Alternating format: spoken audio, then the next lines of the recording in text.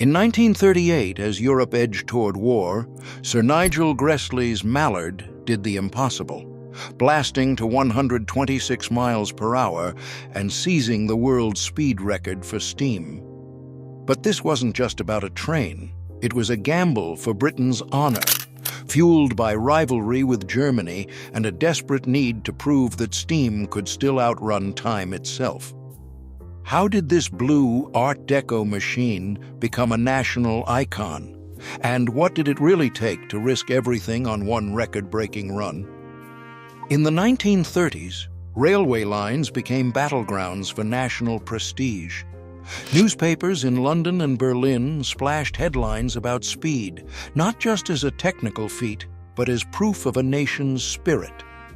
When Germany's DRG-05 locomotive hit 124.5 miles per hour in 1936, the German press called it a blow to British dominance, a victory for modern engineering under the swastika.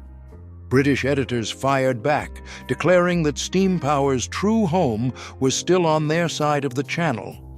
Every mile per hour gained or lost became a point of pride, argued over in Parliament and paraded in newsreels. The United States joined the fray, with the Pennsylvania Railroad's GG1 and the Milwaukee Road Hiawatha chasing their own records, promising that American innovation would soon eclipse Europe's finest. But in Britain, the challenge felt personal. The Ministry of Transport sent memos to editors urging them to frame Mallard's upcoming attempt as a matter of national dignity. Newsreels, narrated by clipped, confident voices, described the coming run as a test of British resolve in the face of growing threats abroad. On both sides of the North Sea, engineers and politicians watched each other's moves, convinced that the next record would tip the balance of public confidence. In this climate, speed was no longer just a number. It was a weapon wielded in the name of progress and power. Mallard's leap into the record books began long before its wheels touched the rails. In the design offices of the London and North Eastern Railway, Gresley's team turned to the wind tunnels at the National Physical Laboratory, submitting scale models for rigorous testing. The results were clear. The new streamlined shell, its curves shaped by science, not just style, cut drag by nearly 40% compared to earlier engines. At 100 miles per hour, air resistance dropped by 3,000 pounds, a difference that made higher speeds possible with the same power. Beneath the gleaming blue casing, the real muscle lay in a boiler running at 165 pounds per square inch. 3 cylinders worked in concert, delivering almost 2,400 horsepower to the rails. Each detail was calculated to withstand the strain of sustained speeds above 100 miles per hour. But the greatest debate centered on the Kill-Chap double chimney.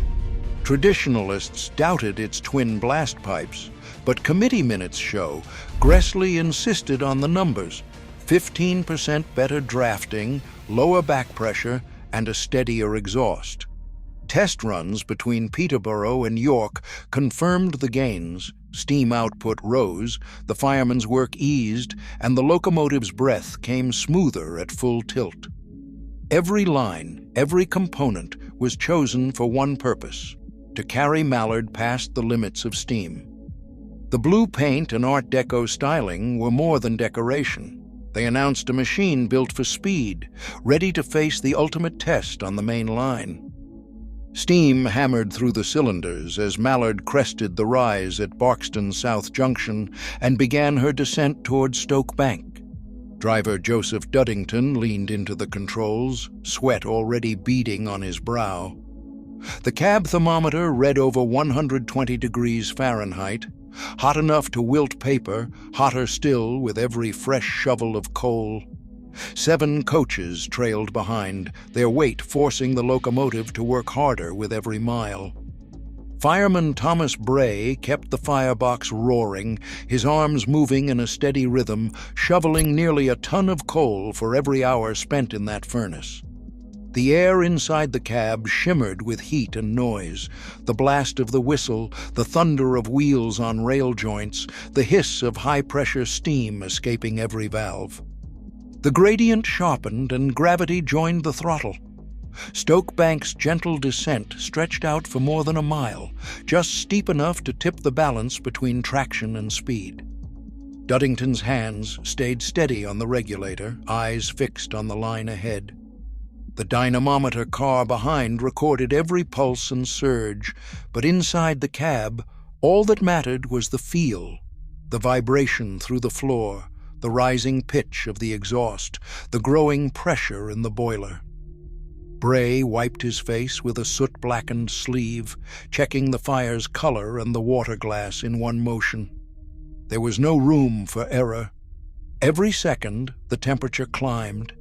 Every second, Mallard hurtled faster, blue paint streaking past fields and signals. The crew's shirts clung to their backs, lungs filled with coal dust and adrenaline. The world narrowed to the rails, the roar, and the relentless drive to push just a little further, a little faster, as Stoke Bank swept beneath their wheels. Numbers on the dynamometer chart told one story.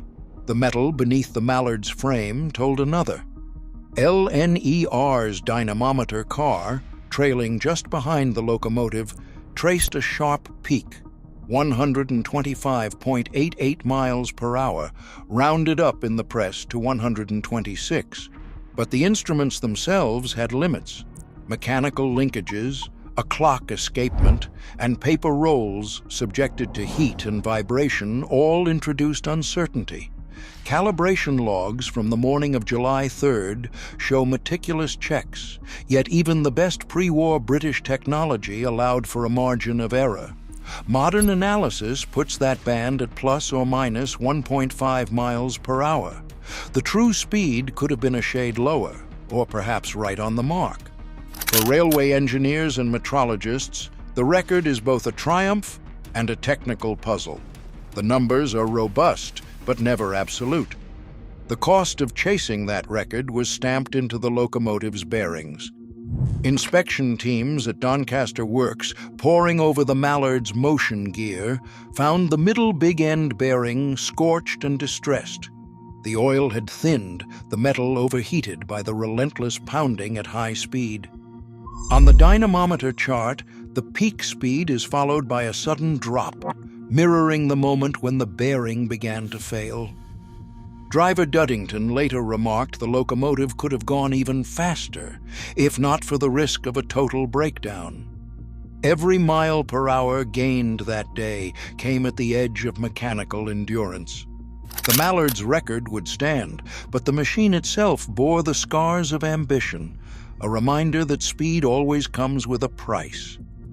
In September 1939, Mallard's world of speed and spectacle vanished almost overnight. With war declared, the Ministry of Transport issued new directives. Every available locomotive, no matter how famous, would be pressed into service for the national effort. Mallard, once the pride of the LNER, traded her streamlined coaches and record runs for convoys of freight and military supplies. The blue paint dulled under layers of coal dust and blackout grime as she hauled munitions, food, and troops across Britain's main lines. Wartime rosters reveal that Mallard and her sister A4s covered hundreds of miles each week, running heavy loads at a fraction of their former pace. Railway management prioritized reliability and endurance over speed, rerouting express engines onto the toughest jobs. The pursuit of records gave way to the grind of necessity. For the duration of the conflict, Mallard's role was not to dazzle, but to endure. Her legacy preserved not in headlines, but in the quiet, relentless work of keeping a nation moving under siege. Mallard's story did not end when the rails grew quiet.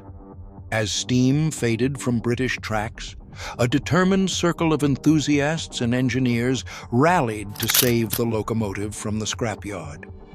Letters poured in to railway authorities, petitions gathered signatures, and fundraising drives drew support from schoolchildren and retired railwaymen alike. Their efforts paid off. Mallard found a permanent home at the National Railway Museum in York, where she stands restored to her original blue, a centerpiece for visitors from around the world. Inside the museum, Mallard draws the curious and the devoted, children pressing their faces to the glass, engineers tracing the lines of her streamlined casing, and travelers marveling at a machine that once outran the future. For designers of today's maglev trains and hypersonic projects, Mallard is more than a relic. Her record is a reminder that speed is as much about imagination as it is about metal and steam. Every new attempt to break boundaries carries a trace of her legacy, proving that the race against time never truly ends. On July 3, 1938, Mallard reached 126 miles per hour on Stoke Bank, a world record for steam locomotives that still stands. Archival records confirm this feat was measured by LNER's dynamometer car, with a margin of error of plus or minus 1.5 miles per hour. The run pushed Mallard's engineering and her crew to the limit, resulting in bearing damage that ended further attempts. Within a year, the outbreak of World War II shifted priorities. Mallard and her sister engines hauled freight instead of chasing speed. Documents show that no other steam locomotive has officially surpassed Mallard's recorded speed. Yet, questions endure. Could the locomotive have gone faster under different conditions? Some technical logs and crew accounts remain incomplete. Today, Mallard is preserved at the National Railway Museum in York, drawing visitors and inspiring new generations of engineers. The record stands as evidence of a moment when national ambition, engineering innovation, and the limits of steam power converged, marking both a pinnacle and an ending for the age of steam.